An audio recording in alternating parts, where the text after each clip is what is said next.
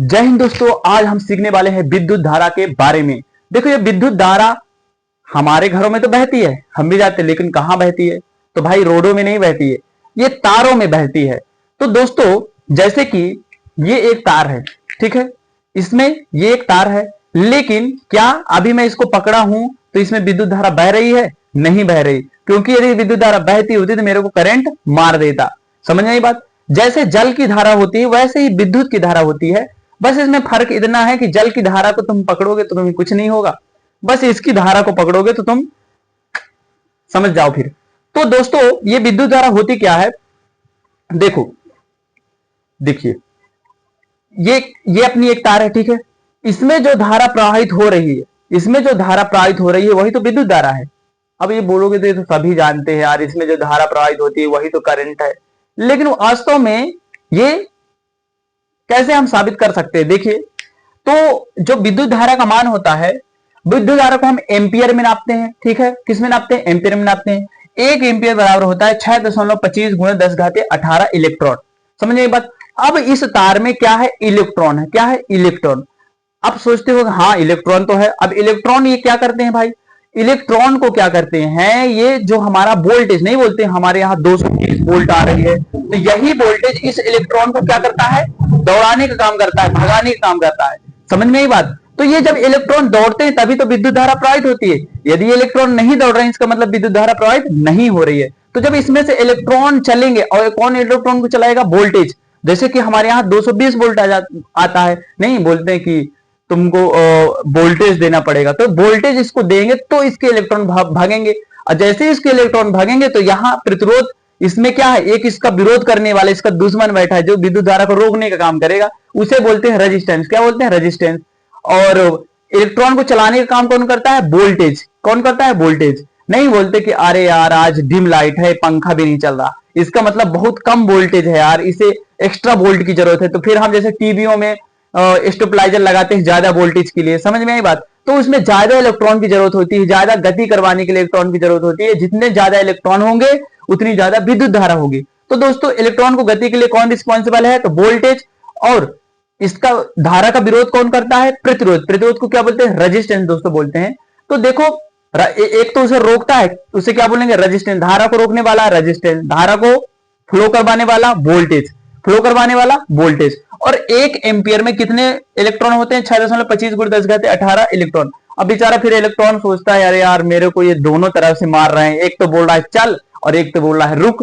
तो आप दोस्तों देखते होंगे कि जो हमारी तार रहती, वो जो हमारी लाइटें रहती हैं, उनमें एक टंगस्टन यूज होता है। टंगस्टन जानते हो? वो टंगस्टन में क्या होता है कि जब हम यहां से उसको करंट देते हैं, करंट जाती है, इलेक्ट्रॉन जाते हैं टंगस्टन के अंदर, तो इलेक्ट्रॉन क्या होते हैं कि उसमें प्रवेश कर जाते हैं, टंगस्टन जलने लगता है। तो जो हमारे बल्बों में जो यूज होता है, क्या यूज होता है? टंगस्टन। टंगस्टन में इलेक्ट्रॉन जाके इकट्ठा हो जाते हैं।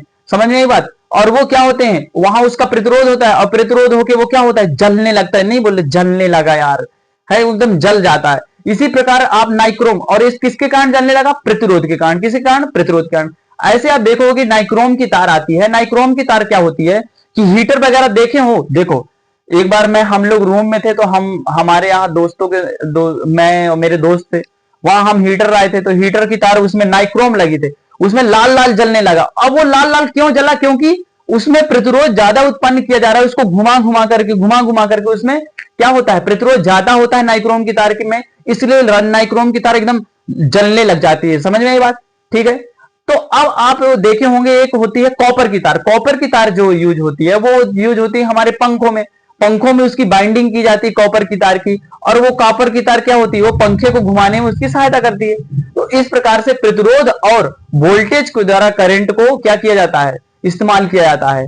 समझ में आई बात? तो दोस्तों, अच्छा लगा हो तो वीडियो को लाइक करिएगा, और यहां तक जो देख रहे हैं उनका बहुत बहुत धन्यवाद, प्लीज।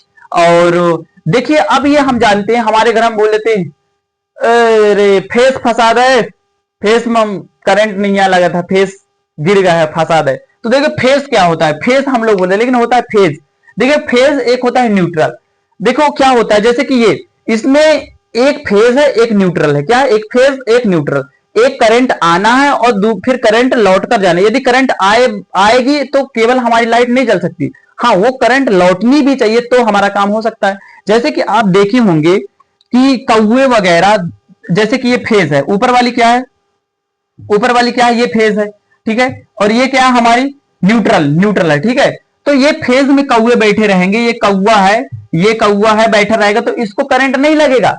लेकिन खुदा ना खास्ता यहां से मान लो कोई डिवाइस जोड़ रखे हैं और ये करंट हमारा लौटने के बाद यदि कौवा का पैर इधर टच हो गया न्यूट्रल से तो कौवा गया, कौवा क्या हुआ, गया। समझ में आई बात।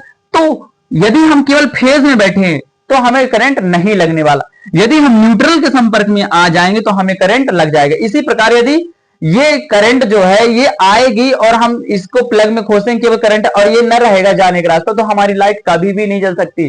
क्योंकि जैसे कि हम ब्रीदिंग करते हैं तो इसको लिए तो इसको वापस भी तो छोड़ना पड़ेगा, जब भी तो हमारा एक ब्रीदिंग प्रोसेस पूरा होगा, नहीं कहां से पूरा होगा। इसी प्रकार करंट में होता है दोस्तों, यदि करंट आई है तो उसे जाने का भी रास्ता मिलना चाहिए, तभी जाके आपकी डिवाइसें चल पाएंगी, नहीं तो वो करंट नहीं जाएगी तो आपकी डिवाइसें काम नहीं करेंगी, लाइट नहीं जलेगी। तो दो चीजें होती है, एक न्यूट्रल और एक फेज होता है। फेज को दोस्तों ज्यादातर हम लाल कलर से दर्शाते, देखो ये क्या है, ये फेज है और ये क्या है, हाँ न्यूट्रल। इससे करंट आएगा और इससे करंट लौटेगा। तो न्यूट्रल को ज्यादा हम किससे दर्शाते हैं, सबसे ज्यादा। आप तार तो लेते होंगे, दुकान में जाओगे सबसे ज्यादा तुम्हें नीली न्यूट्रल की मिलेगी और जो हरदम फेज की मिलेगी वो कौन सी मिलेगी, वो रेड मिलेगी, और न्यूट्रल की कौन सी मिलेगी, काली या नीली, कुछ भी हो सकती है। तो दोस्तों कैसी लगी वीडियो। अब इसके बाद हम जानेंगे क्या है वोल्टेज का काम। समझते हैं वोल्टेज का एक ही काम है, इलेक्ट्रॉन को दौड़ाना, चल इलेक्ट्रॉन चल इलेक्ट्रॉन चल इलेक्ट्रॉन। और इलेक्ट्रॉन को वहां से प्रतिरोध का काम क्या है, रजिस्टेंस का काम, इलेक्ट्रॉन को रोकना, रुक भाई। तो इलेक्ट्रॉन सोचता है अरे यार मेरे को यहां से भी ढकेला जा रहा है और यहां से भी ढकेला जा रहा है, समझ में आई बात। तो रजिस्टेंस और आप विभवांतर का काम समझ चुके हैं क्या है। तो दोस्तों आगे बढ़ते हैं, फेज और न्यूट्रल के बाद आता है, आप देखे होंगे कि हमारे घरों में क्या कर दिया जाता है कि अर्थिंग लगा दी जाती है। अब ये अर्थिंग क्या है, देखिए अर्थिंग क्या होती है, जैसे कि हमारे यहाँ करंट आई, ठीक है, करंट आई है, फिर हम डिवाइस से मान लो एक बल्ब जला लिए, ठीक है, समझ में आई बात। अब मान लीजिए यहां खुदा ना खास्ता ये अर्थिंग आई, ठीक है, दिख रहा है, मान लीजिए, चलिए बड़ा सा बना दे, ये लीजिए, चलिए मार्कर भी थोड़ा काम लो कर रहा है। चलिए ये कोई डिवाइस है, यहां से हमारी फेज आई, क्या आई, फेज आई, ठीक है, और ये न्यूट्रल क्या है, ये न्यूट्रल क्या है, न्यूट्रल। अब दोस्तों क्या होगा, देखिए ये फेज और ये न्यूट्रल, मान लीजिए इस डिवाइस में कहीं मान लीजिए क्या हुई कि ये तार आई और इस डिवाइस में कहीं क्रैश हो गया, तो ये करंट इस पूरी डिवाइस में चला गया। अब इस डिवाइस को हम छुएंगे तो क्या होंगे, हमें करंट मार देगा। अब देखो हम देखें, ये पंखा है, क्या ये पंखा। अब इस पंखे में क्या होता है, हमारे घर का पंखा है, इस पंखे को जब हम प्लग में खोजते हैं तो ये तो है अपना फेज, और ये क्या है, न्यूट्रल। इससे करंट आया और ये न्यूट्रल से लौट गया तो हमारा पंखा चलने लगा, ठीक है। लेकिन क्या होता है, मान लो यहां से कट गई तार, अब कट गई तार तो इस पूरे परिपथ में, मान लो एक परिपथ है या कि इस पूरे परिपथ में, इसमें ये मान लो परिपथ है, ठीक है। अब ये तार कट गई, अब इस पूरे परिपथ में यहां से तार कट गई तो इस परिपथ में पूरा करंट हो जाएगा। अब इस करंट को यदि भगाना है हमें नीचे, तो यदि हम इससे इसको क्या बोलते हैं, अर्थ जोड़ दें तो इसका करंट अर्थ में चला जाएगा, पृथ्वी में चला जाएगा। तो इस प्रकार दोस्तों हम क्या करते हैं कि अर्थिंग का काम ये होता है, समझ में आई बात। तो ये इस कारण से यूज करते हैं अर्थिंग का, हम इस तरह से हम अर्थिंग का प्रयोग करते हैं दोस्तों। आप देखे होंगे जो क्या होता है कि जो विस्फोटक पदार्थ लेके जाते हैं, जैसे बम, गोला बारूद, तो जो ट्रक होते हैं वो उनके नीचे एक जंजीर झुला जाती है। क्यों, क्योंकि चलने के कारण आवेश उत्पन्न होता है।